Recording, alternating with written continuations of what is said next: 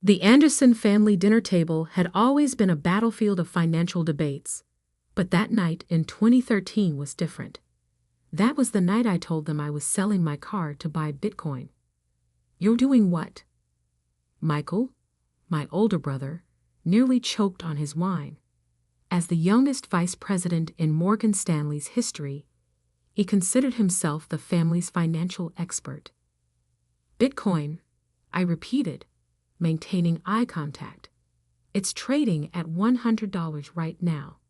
I think it could hit $1,000 by year's end." "Alex, sweetheart," my mother intervened, using her talking to a child voice despite me being 25.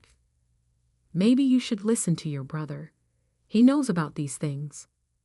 Michael leaned back in his chair, swirling his expensive wine with the smug confidence of someone who thought he knew everything about money. "Bitcoin is a scam, plain and simple. No institutional investor would touch it. It's magic internet money for gamblers and criminals." Our father, a retired investment banker himself, nodded in agreement. "Son, if you want to invest, I can introduce you to some real opportunities. Proper stocks, bonds, reliable things." I looked around the table at my family, all of them so certain, so convinced of their traditional financial wisdom. Even my sister Sarah, who usually stayed out of these discussions, was shaking her head disapprovingly. "I'm not asking for permission," I said quietly. "I'm telling you what I'm doing." "With your own money, fine," Michael scoffed. "But don't come crying to us when you lose it all." The next day, I sold my BMW for $45,000 and put every cent into Bitcoin. My family thought I was insane. Michael made sure to remind me at every opportunity how reckless and naive I was being. But I wasn't just buying Bitcoin. I was studying blockchain technology, learning about cryptocurrency trading, and developing what would become next-gen crypto exchange. While my family saw only magic internet money, I saw the future of finance.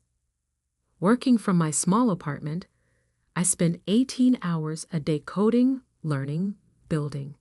My first version of the exchange was crude, but it worked. I launched it just as Bitcoin hit $1,000, exactly as I predicted. Michael's response: "A lucky guess. It's a bubble that'll burst any day now." By early 2014, my exchange was handling $100,000 in daily transactions. Small by traditional standards, but growing. I added more cryptocurrencies, improved the interface, enhanced security. Then came the call that changed everything. "Alex," David Chin's voice crackled through my phone. "I heard about your exchange from some friends in Silicon Valley. We should talk." David Chin, the legendary tech investor who'd backed some of the biggest names in Silicon Valley. He wanted to meet me. The meeting was set for the same day as our monthly family dinner. I showed up late, still buzzing from my conversation with David. "Sorry I'm late," I said, sliding into my usual seat. "Had an important meeting." "Oh?" My mother perked up. "A job interview? You know, Michael could put in a word at the bank." "Not exactly," I smiled. "A venture capitalist wants to invest in my exchange. $5 million for a 10% stake." The silence that followed was deafening. Michael broke it with a laugh. $5 million? For your little Bitcoin website? Alex, come on. No serious investor would. David Chen. I cut him off. "You know, the guy who backed PayPal and Stripe?" That David Chen.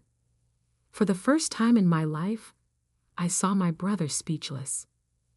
That's impossible," he finally managed. "David Chen doesn't invest in cryptocurrency. He does now."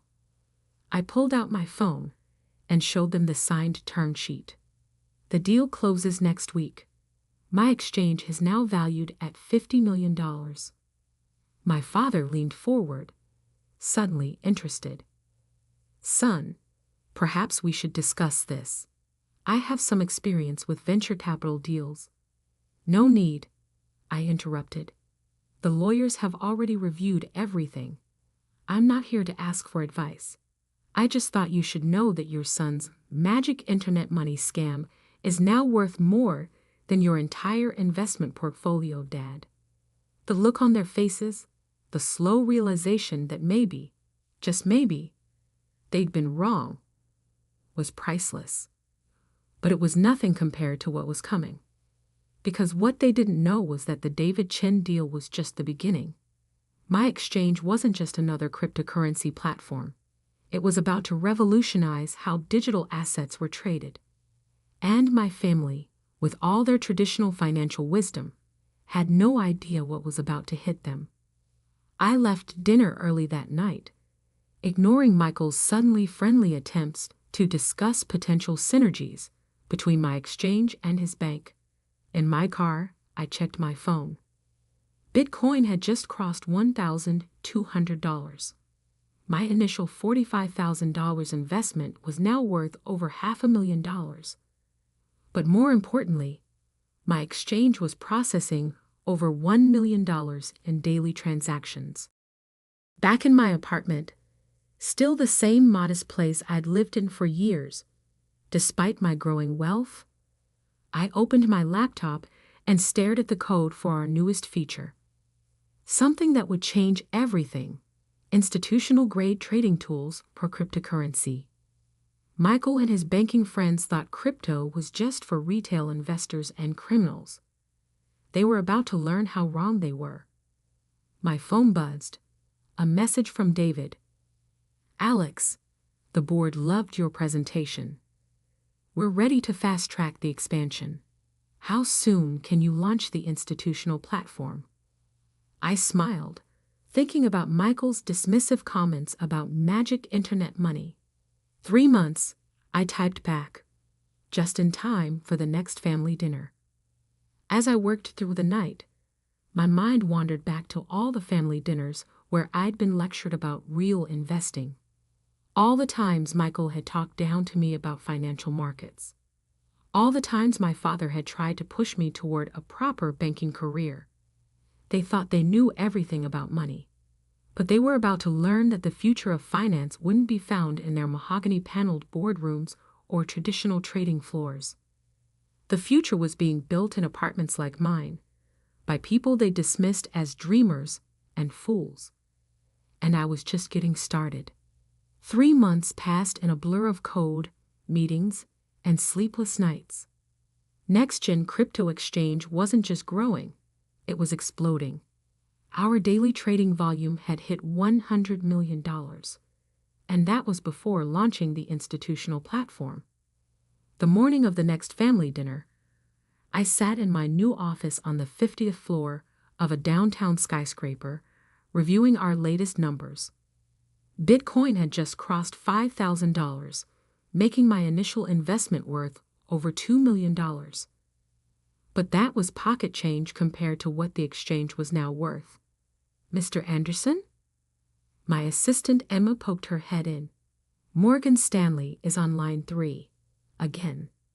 I smiled, knowing exactly who was calling. Let me guess. My brother? Yes, sir. He's called 4 times this morning. Keep taking messages. I turned back to my screens, watching the trading volume tick up. Michael could wait. He'd been trying to get a meeting for weeks, ever since rumors about our institutional platform started circulating on Wall Street. My phone buzzed with a text from Sarah, my sister. Mom wants to make sure you're coming to dinner tonight. She says it's important. Of course, it was important. The whole family had suddenly become very interested in my little Bitcoin website since the David Chen investment went public. At exactly 7 p.m., I pulled up to my parents' house in my new Tesla Model S. No more old apartment. I'd finally decided to start living like the billionaire I was becoming. Not that my family knew about that part yet. Alex, my mother rushed to greet me at the door. We were just talking about your, what do you call it? Crypto thing. I stepped into the dining room to find not just my immediate family, but several surprise guests. Uncle Peter from Goldman Sachs, Cousin William from J.P. Morgan, even my father's old partner from his investment banking days. Michael sat at the center of the table, practically bouncing with barely contained excitement. Alex, perfect timing. We were just discussing potential opportunities for collaboration. I took my seat, noting how everyone seemed to be watching me. Were you now? Yes. Uncle Peter leaned forward. Michael tells us your platform is doing quite well. We'd love to hear more about it. I bet they would. What they didn't know was that I just finished a board meeting where we'd reviewed their bank's desperate attempts to get early access to our institutional platform. Actually, I said, pulling out my phone. Why don't I show you? I projected our latest statistics onto the dining room wall using a small portable projector. The numbers spoke for themselves. Daily trading volume, $500 million. Active users, 2 million. Institutional clients waitlist, 400 plus. Platform valuation, $2.8 billion. The room went silent. That's impossible. William stuttered. Those numbers can't be right. They're actually outdated, I replied calmly. This morning's volume crossed $600 million. We're the fastest growing cryptocurrency exchange in history. Michael's face had gone pale. But you never said. You never asked, brother. Too busy telling me how cryptocurrency was a scam, remember? My father cleared his throat. Son, with numbers like these, you must be thinking about taking the company public. I have some contacts at Goldman who cooled. We don't need traditional investment banks, I cut him off. In fact, as of next week, they'll need us. I pulled up another screen. The preview of our institutional trading platform. NextGen Prime launches Monday. It's going to revolutionize how banks and hedge funds trade digital assets. We've already signed partnerships with 3 of the top 5 financial institutions in the world. Which ones? Uncle Peter demanded. I'm afraid that's confidential, but I'm sure your bank's CEOs will tell you soon enough. They've been quite enthusiastic in our meetings. The atmosphere in the room shifted. Suddenly, I wasn't little Alex playing with internet money. I was Alexander Anderson, the CEO they'd been desperately trying to meet. Now, I continued, I understand several of your institutions have been trying to schedule meetings about potential partnerships. Nods around the table. Those requests go through our institutional sales team, just like everyone else's. No family shortcuts. Michael stood up abruptly. This is ridiculous. We're your family. We have decades of banking experience. You need our expertise. I laughed softly. Need your expertise? Michael, your bank's entire crypto trading desk has less daily volume than what our platform processes in an hour. What exactly could you teach me about this market? But the risks, the regulations, are all being handled by the best teams money can buy. Our compliance department is headed by the former chief of cryptocurrency enforcement at the SEC. Our security team includes top experts from the NSA and Israeli intelligence. And our trading infrastructure. I smiled. Well, let's just say it makes your bank systems look like they're running on Windows 95. My mother, trying to salvage the situation, jumped in. Darling, we're all so proud of your success. We just want to be involved. To help. Like you helped when I started. When I was working 18-hour days building this from scratch. when Michael was telling everyone who would listen that my business was a scam. Silence. I have a meeting with the Central Bank of Singapore tomorrow morning, I said, standing up. They're interested in using our technology to build their national digital currency platform. So if you'll excuse me. Wait, my father called as I reached the door. What? What's the company actually worth now, with all these partnerships and developments? I turned back, making sure to meet Michael's eyes. The latest private funding round valued us at $5.2 billion. My stake is just over 70%. The sound of my brother's wine glass shattering on the floor punctuated my exit perfectly. In my car, I checked my messages. 23 missed calls from various family members' banks. 5 urgent emails from Michael's boss. And 1 message that made me smile. Confirmation that Morgan Stanley CEO wanted to meet. I typed a quick response to my assistant. Schedule the meeting for next week, but make sure Michael is there. I want him to see exactly who he's been calling a fool all these years. As I drove away, I thought about how different things were from that first family dinner when I announced my Bitcoin investment.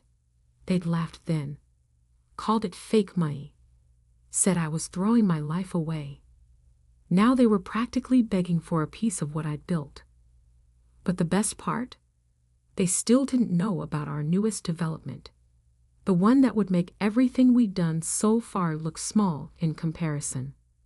The one I was saving for our next family dinner. The meeting with Morgan Stanley CEO was scheduled for 10 a.m. in our New York headquarters. I made sure Michael would have a front row seat to what was coming. I sat in my office, 52 floors above Manhattan, watching the morning sun glint off neighboring skyscrapers. The wall of screens behind my desk displayed real-time trading data from NextGen's platforms. Over $2 billion in trading volume already, and it wasn't even lunchtime. They're here, Emma announced through the intercom. Send them up. And Emma? Make sure the presentation is ready. The elevator doors opened to reveal Morgan Stanley's entire executive team, led by CEO James Harrison. Michael trailed behind them, trying to look important, but clearly uncomfortable. Alexander. Harrison stepped forward, hand extended. Finally, we meet in person. I gestured to the conference room where the wall-to-wall windows offered a stunning view of the city. Please, make yourselves comfortable. As they took their seats, I noticed Michael's eyes darting around, taking in every detail of our office. The state-of-the-art trading floor visible through glass walls. The hundreds of employees bustling about. The massive screens showing our global operations. Quite an operation you've built here, Harrison began. Your institutional platform has certainly caught our attention. Yes, I smiled. I believe you've been trying to get a meeting for. How long, Michael? My brother shifted uncomfortably. Alex, 3 months, Harrison cut in. Which is why we're here today. We want to discuss a potential partnership. Morgan Stanley has significant resources that could help expand your platform's reach. I leaned back in my chair. Interesting. And what exactly do you think we need help with? Well, Harrison gestured to his team. We have decades of experience in traditional finance, global infrastructure, regulatory relationships. Let me stop you there. I pressed a button, and the room's screens came to life. Let me show you something we haven't made public yet. The screens displayed a global map with pulsing lines connecting different points. This is NextGen's current network. We process more transactions per second than all major stock exchanges combined. Our security protocols are 3 generations ahead of anything in traditional banking. And our regulatory compliance systems are being studied by central banks as a model for the future. I switched to another screen. But that's not why you're really here, is it? You're here because of this. The screen showed a preview of NextGen's newest platform, introducing NextGen Bridge, the future of global finance. Harrison leaned forward, his eyes widening. Is that a fully integrated platform that bridges traditional finance with digital assets? Real-time settlement, cross-border transactions without intermediaries, complete integration with existing banking systems. I paused for effect. And we've already signed exclusive partnerships with 3 major central banks. Michael stood up so abruptly his chair nearly toppled. That's impossible. The regulatory requirements alone have all been approved. I finished for him. While you were busy calling cryptocurrency a scam, we were revolutionizing the entire financial system. Harrison's face had gone pale. The rumors about Project Phoenix, that was you. I nodded. NextGen Bridge launches next month. We're offering partnership opportunities to a select few institutions. I slid a document across the table. This is our only offer to Morgan Stanley. Harrison grabbed the paper, his hands shaking slightly as he read. His eyes stopped at one particular line. This values your company at $12 billion. I confirmed. And that's just the beginning. Michael looked like he might faint. The brother who had mocked my magic internet money was watching his bank negotiate for scraps from my empire. The terms are non-negotiable, I continued. You have 48 hours to decide. After that, we move on to the next bank on our list. But we need time to conduct due diligence, Michael sputtered. To review the technology. No, you don't. I stood up. Because every minute you spend deciding is a minute your competitors could be signing with us instead. Isn't that right, Mr. Harrison? Harrison was already pulling out his phone. I'll call an emergency board meeting for this afternoon. As the Morgan Stanley team filed out, Harrison paused at the door. Michael never mentioned his brother was building something like this. No, I smiled. He was too busy telling everyone it was a scam. After they left, I sat alone in the conference room, thinking about how far things had come from that first family dinner. My phone buzzed, a message from Sarah. Mom's planning another family dinner next week. Says it's important we all talk about recent developments. I texted back. Perfect timing. I have something to announce. What my family didn't know, what even Morgan Stanley didn't know, was that NextGen Bridge was just the beginning. The real bombshell would come at that dinner. The week passed in a blur of activity. Morgan Stanley signed our partnership agreement within 24 hours. 6 other major banks followed suit. NextGen's valuation jumped to $15 billion. The night of the family dinner arrived. This time, I had my driver take me in the Rolls-Royce. Might as well embrace it fully. The usual suspects were all there, plus a few new additions. More interested family members who had suddenly remembered my existence. Alex. My mother hugged me tightly. We've been reading all about your company in the news. Why didn't you tell us it was so successful? You never asked, Mom. Too busy worrying about my poor life choices, remember? Michael sat in the corner, nursing a drink. He'd been demoted at Morgan Stanley after the partnership negotiations. Apparently, failing to recognize a revolutionary financial technology being built by your own brother wasn't great for a banking career. My father stood up, champagne glass in hand. I'd like to propose a toast to my son, Alexander, who has proven us all wrong and built something truly remarkable. Actually, I interrupted.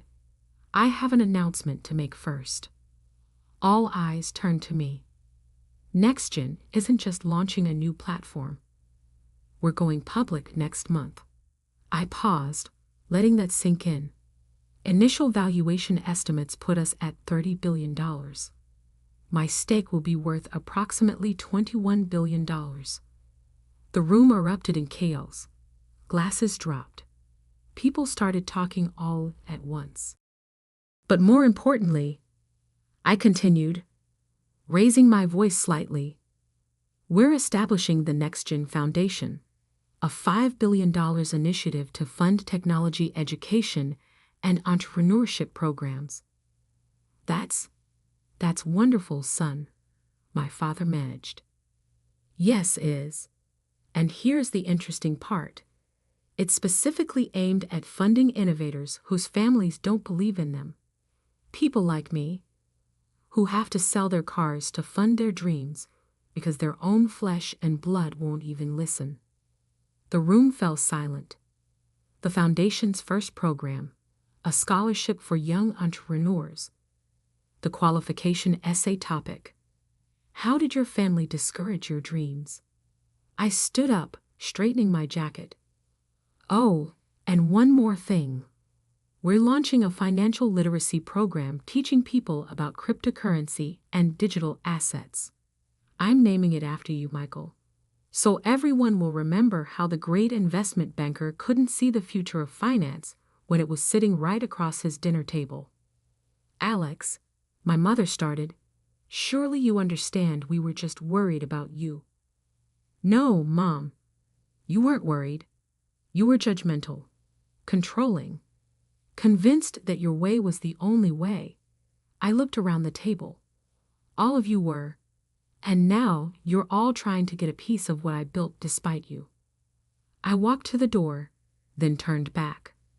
The NextGen IPO is going to be the biggest in history, and none of you will get a single pre-sale share. Instead, I'm allocating those to young entrepreneurs who, like me, have families that don't believe in them.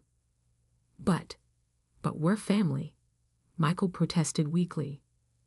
No, I replied. You're just people who share my DNA. Family supports each other. Family believes in each other. Family doesn't mock dreams or call innovation scams. I pulled out my phone and showed them one final screen. NextGen's new headquarters under construction. A 100-story tower that would dominate the city skyline. See that? I pointed to the location. It's being built right across from Morgan Stanley.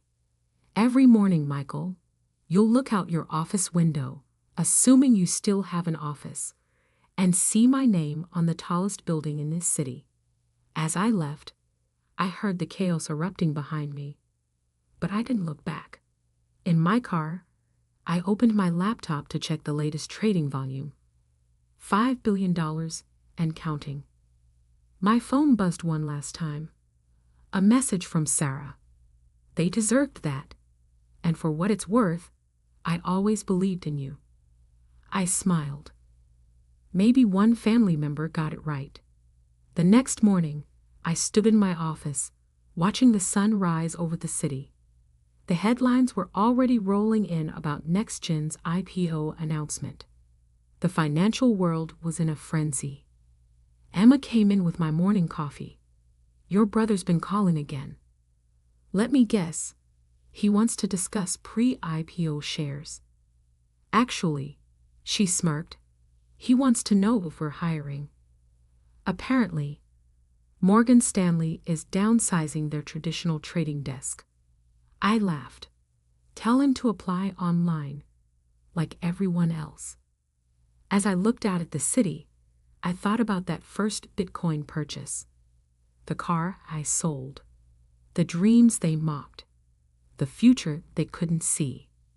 Sometimes success isn't just about proving others wrong. It's about proving yourself right. And sometimes the sweetest revenge isn't in the billions you make. It's in watching those who doubted you realize just how wrong they were. My phone buzzed again. Bitcoin had just hit a new all-time high.